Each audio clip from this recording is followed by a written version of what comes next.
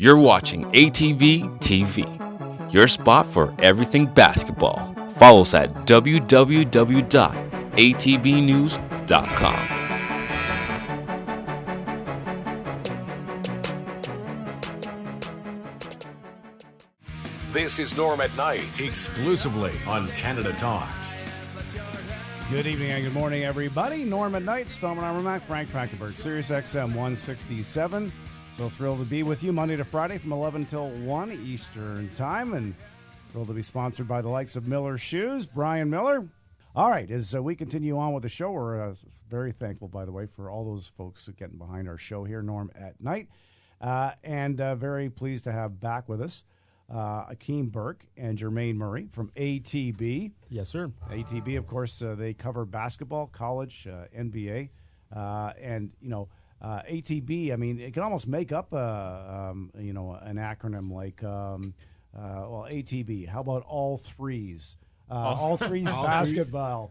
Something like that. I mean, I'm just talking As for right now, it still stands for at the buzzer. You know what? I got to give Don his props. I love that name, At the Buzzer. It's just everything you need to know. Yeah. ATB News, we got it at the buzzer. All right. So ATB, have you guys come up with an acronym for the fabled now Atlantis, Titanic, whatever, Titanic? The doo-doo division. The doo-doo division. That is. It's does it have potential to be the worst division in the history of pro sports? Potential. Basketball. It's already there. It's already there.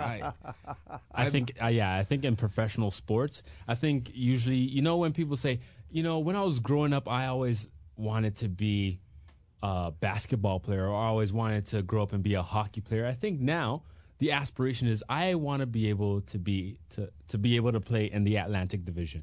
Yeah. You know what's going to happen? Andrew Wiggins. Oh, don't say it. Yep. Don't say He's going to end up with the Lakers. No!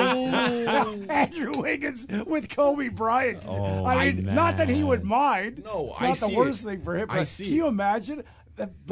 Okay, how many people, if it worked out that way, the Lakers end up with Wiggins, would have conspiracy theories? Oh, definitely. The league rigged it. The league rigged it. I can tell you this, from when Kobe went down with that Achilles injury, a lot of people said the Lakers were going to tank. Now the knee. And now the knee. Yeah. So now I totally agree with you. I think. What do you think, Frank?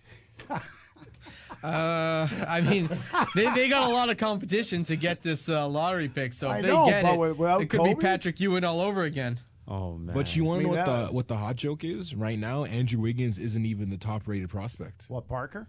No, Joel Embiid, the center for Kansas. So, by the way, has Wiggins slipped like a few spots? Yeah, he's currently ranked third. Okay, now it's Jabari, it's Joel, then Jabari, then Andrew. So I'll ask you: has that got as much to do with Wiggins' performance, or the other guys just being that much better? It's a mix of both. In terms of scoring, his scoring and his efficiency are okay, but towards all the level of hype he's been getting, it's not matching up. And with the other guys, they're kind of using that to their advantage. Yeah. For Joel, for instance, he's a mobile center.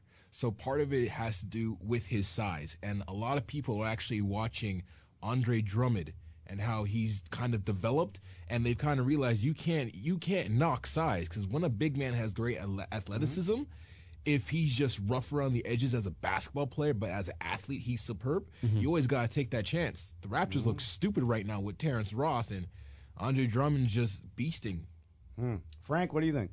Well, no, it's exactly the case. And, Andrew Wiggins is still showing a lot of positive signs, but you're looking at both of those guys, and Parker and Embiid, they look like guys that are probably going to be able to step into the NBA a lot easier next year and do what you expect them to do. With Wiggins, he has the potential, he has the athleticism, but he doesn't have the game-breaking ability right off the bat, and that's probably the real difference.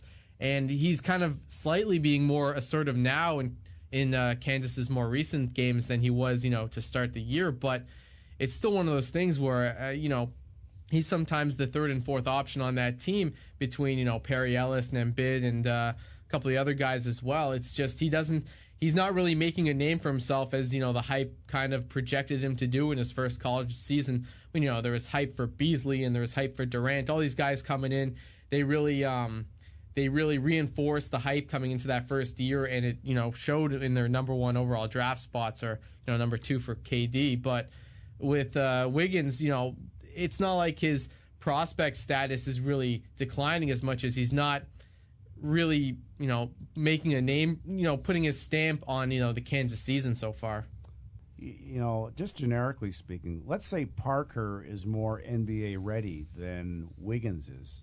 If you got the first pick, and depending on what your needs are, one thing I've learned from Leo Routens over the years is, sometimes success for a player, and we were talking about this a little bit with Bennett, sometimes success for an NBA player is about finding a team where the guy's skill set matches the team's system. Yeah. Right? So it's not so much about being an all-star. Well, yeah. So, we're always taught that drafting, you take the best player, no matter what, even if you don't need that player at that position. But isn't it better, as Leo was indicating for me, find a guy who, physically, mentally, personality-wise, who matches up with your culture. Yeah, as opposed to the so-called best player. But what if the guy doesn't match what you do and what you? And generally, I feel like it all depends on the position of your team. The Raptors getting the number 1 pick is a completely different thing from the Miami Heat getting the number 1 pick. Yes, so very different. In that aspect, I go with even if you had the need adequately filled. Let's say we had Harrison Barnes as a small forward. We got the first pick. I'm still taking Andrew Wiggins. Because we are still a rebuilding team. Right. And the cold, hard fact is if you are a GM with stones, trade your young prospect for more assets. That will in turn bring you more prospect. I would always, as bad as it sounds and as cold-blooded as it sounds, I'm always for a TJ Ford, Jose Calderon type of situation, where you have two players that play the same position, around the same size, different strengths, but they are going at it to and forth. Do you remember those battles Jose and TJ used to have? Well, and of course Sam Mitchell. Sam Mitchell always had Ford in for the last 5 minutes because he was a better defender. Yeah. Sam Mitchell, the only man I know to bench Andrea Bargnani in Toronto for defensive laps. And that's also to where coaches come in, because just as they had mentioned earlier on this season when they were speaking to Masai Ujiri coming over to the Raptors and whatever, asking him if he was going to include Dwayne Casey during the summer league to think of who they were going to bring onto the team and stuff like that. Right. That's where the coaches come in, especially during draft day, because you're looking for the player that is going to best suit your system.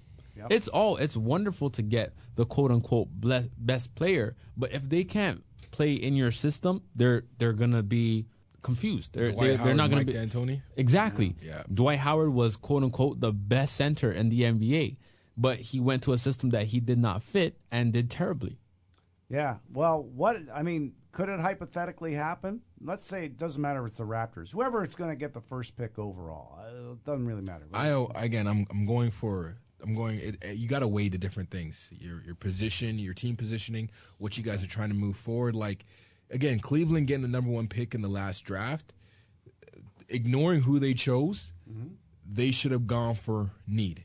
They should have gone for what they're lacking. Or even if you can't find someone to justify that first pick, trading down is always an option. Trading down from the first pick, you have your pick of the litter of what you want. All right, guys, we're just about out of time. So, on that note, Jermaine Murray, Hakeem Burke, ATB, great job, guys. Love to have you back whenever you want. Thank you. Thank you very much. We're here all year. All right, excellent. Frank Trachtenberg's here every night. And doesn't get better than that. We're going to take your job, man. Yeah, exactly. Have a nice weekend. Thanks to our sponsors. Thanks to our guests, Norman Knight, Stone on Rumack, Frank Trachtenberg, right here on SiriusXM 167.